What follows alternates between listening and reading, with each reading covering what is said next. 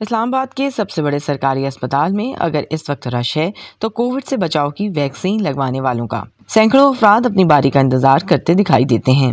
محکمہ صحت اسلام آباد کے ڈائریکٹر جنرل ڈاکٹر حسن عروج کے مطابق وفاقی حکومت ملک بھر میں 4000 سے زائد ویکسینیشن سینٹر بنانے کا ارادہ رکھتی ہے۔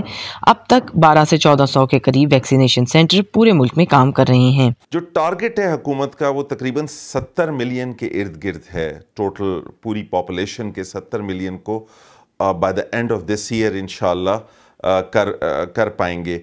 NCOC کے مطابق اب تک ملک بھر میں ویکسین کی 33 لاکھ سے زائد خوراکیں دی جا چکی ہیں۔ یہ تمام ویکسینز چین کے تیار کردہ ہیں۔ ان تمام ویکسینز کی 2 ڈوز لینا ضروری ہے، لیکن جاری کردہ ڈیٹا سے یہ واضح نہیں ہوتا کہ کتنوں نے دوسری خوراک لینے میں تاخیر کی یا پھر لی ہی نہیں۔ جتنا مرضی رش ہو وہ ویٹ کرتے رہتے ہیں، لیٹ ہو جائے تب بھی وہ ویکسینیشن کروا کے جاتے ہیں، اور اس کے بعد پوچھتے ہیں ہاں بھی ہم دوبارہ کب آنا ہے، کیا پروسیجر ہے، وہ بھی ہم ان کو بتا دیتے ہیں۔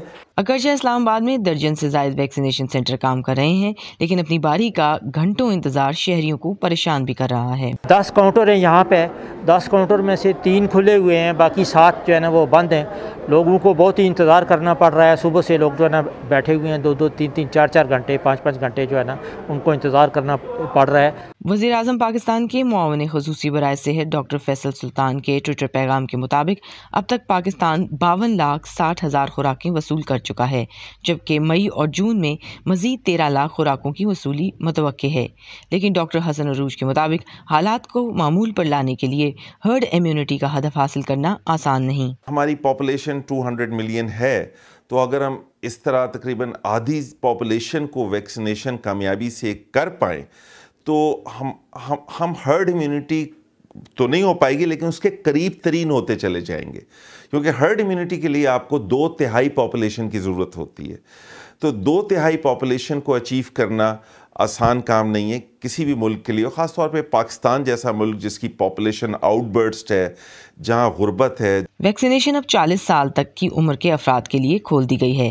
اگرچہ شہری علاقوں میں ویکسین لینے کا رجحان دیہی علاقوں کے مقابلے میں زیادہ ہے، تاہم شہروں میں بھی لوگوں کی ایک بڑی تعداد ویکسین لگوانے پر آمادہ نہیں۔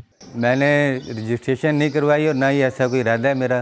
اصل میں یہ زیادہ عرصے کے لیے مؤثر نہیں ہے، 6 مہینے کی لیمٹ ہے، پھر دوبارہ اس کے لیے کرنا پڑے گا رجسٹریشن، تو میں اس سے مطمئن نہیں ہوں۔ طبی ماہرین کا کہنا ہے کہ ویکسین کا بنیادی مقصد کسی بھی شہری کو کووڈ کے مہلک پہلوؤں سے بچانا ہے۔ وہ ان افواہوں کو رد کرتے ہیں جن کے مطابق ویکسین کووڈ-19 کو بڑھانے یا کسی فرد کو اس میں مبتلا کرنے کا سبب بن سکتی ہے۔